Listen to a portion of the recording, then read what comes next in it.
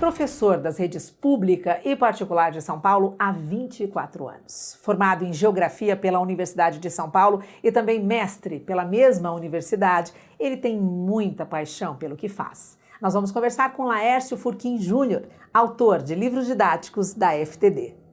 Professor, é preciso estar sempre atento a um estudo integrado entre geografia física e geografia humana? Essa discussão sobre a separação entre geografia humana e geografia física, ela é feita há muito tempo, uma reflexão que se torna mais forte a partir dos anos 60 e 70, com a chamada geografia crítica. A gente não separa a geografia física da geografia humana, a não ser para fins de estudos específicos. Então a gente estuda a hidrografia, o relevo, o clima, para entender os fenômenos em si da natureza, mas para a geografia, e não para uma outra ciência, isso importa para a gente entender melhor a relação que nós temos com esses recursos, a título de recursos mesmo, né? Para a gente entender melhor como se portar, aproveitar, se relacionar com a água, por exemplo. 7 bilhões de pessoas vivendo atualmente consumindo a água, embora há lugares que têm menos água, né, do que outros, tem mais disponibilidade ou menos, mas são 7 bilhões de pessoas necessitando de água.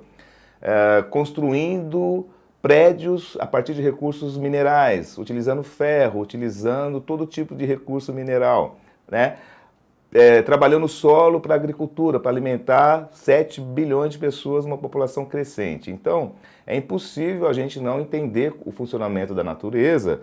Agora, nós também somos elementos pertencentes à natureza, nós também somos naturais, nós também somos pertencentes e compomos a natureza.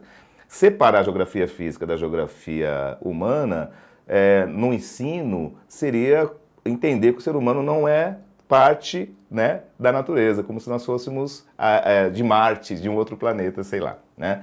Então, na sala de aula, é importantíssimo a gente trabalhar de forma integrada. O professor tem a sensibilidade de perceber em qual momento ele vai aprofundar em determinado conceito, mas sempre com vistas a entender esse conceito, não é? De forma a fazer com que o aluno traga para um contexto da vida dele, né? Para ele entender como que, por exemplo, ele pode fazer com que olhar para um relevo, por exemplo, e entender que ali pode ter uma nascente de água. Então, a sensibilidade de perceber que pela forma do relevo, pelas condições naturais, é possível que esteja brotando água em algum lugar e aquilo possa fazer com que ele cuide daquela área, não só depender do poder público, mas a própria comunidade entender o funcionamento físico do local, para que aquela água venha a ser preservada em favor da comunidade, super passível de ser ensinado na escola.